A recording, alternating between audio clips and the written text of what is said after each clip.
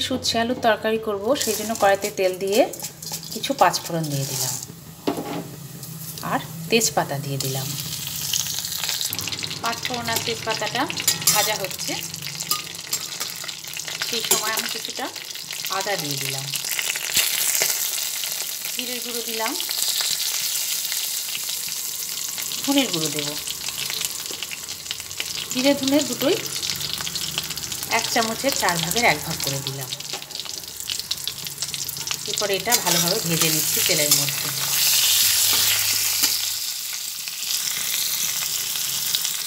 এটা ভাজা হতে হতে কিছুটা পরিমাণে টমেটো দিলাম।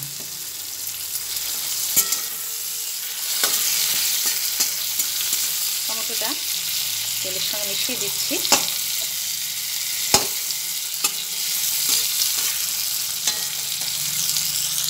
ছোট চামচের 1 চামচ হলুদ দিয়ে দিলাম, আবার ভালোভাবে মিশিয়ে নিচ্ছি। এরপরে যে উচ্ছে আর আলুটা কেটে রেখেছি সেটা এক এক করে এর মধ্যে দিয়ে দিচ্ছি। দেখুন উচ্ছেগুলো কীভাবে লম্বা লম্বা করে কেটে নিয়েছি।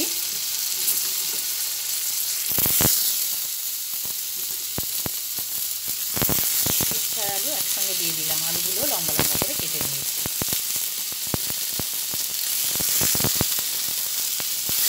ভালোভাবে ভেজে নিচ্ছি। ছোটো চামচের 1 চামচ নুন দিলাম, দিয়ে আবার পুরোটার সঙ্গে নুনটাকে ভালোভাবে মিশিয়ে দিচ্ছি।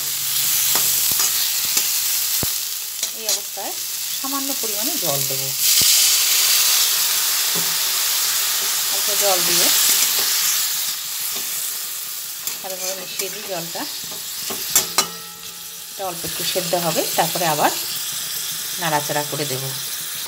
দেখুন বন্ধুরা, উচ্ছেটা এইভাবে নাড়াচাড়া করতে করতে কিছুটা সেদ্ধ হয়ে এসেছে।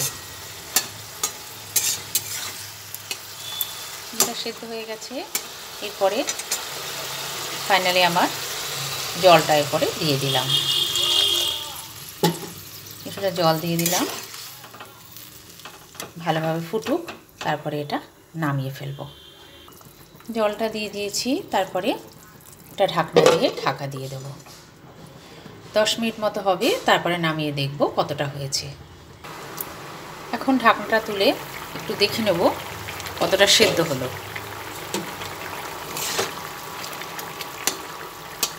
না, আর একটু সেদ্ধ হতে হবে।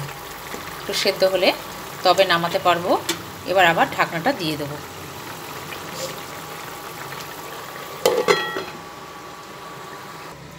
এইবারে ঢাকনাটা তুলে দিচ্ছি, তুলে দিয়ে দেখে নিই কতটা হলো।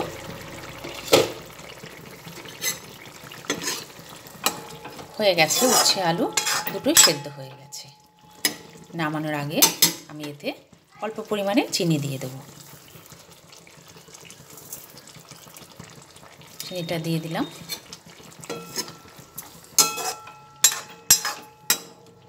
চিনিটা পুরোটার সঙ্গে মিশিয়ে দিচ্ছি। এরপরে এটা নামিয়ে ফেলব। দেখুন বন্ধুরা, পুরোনো দিনের এই উচ্ছের রেসিপিটা হয়ে গেছে।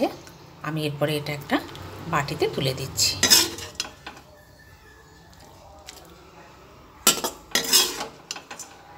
এইভাবে বাটিতে তুলে দিলাম। আপনাদের যদি আমার এই রান্নাটা ভালো লাগে তাহলে লাইক, শেয়ার এবং কমেন্টস করে আমার সাবস্ক্রাইব করে আমার বন্ধু হওয়ার চেষ্টা করবেন।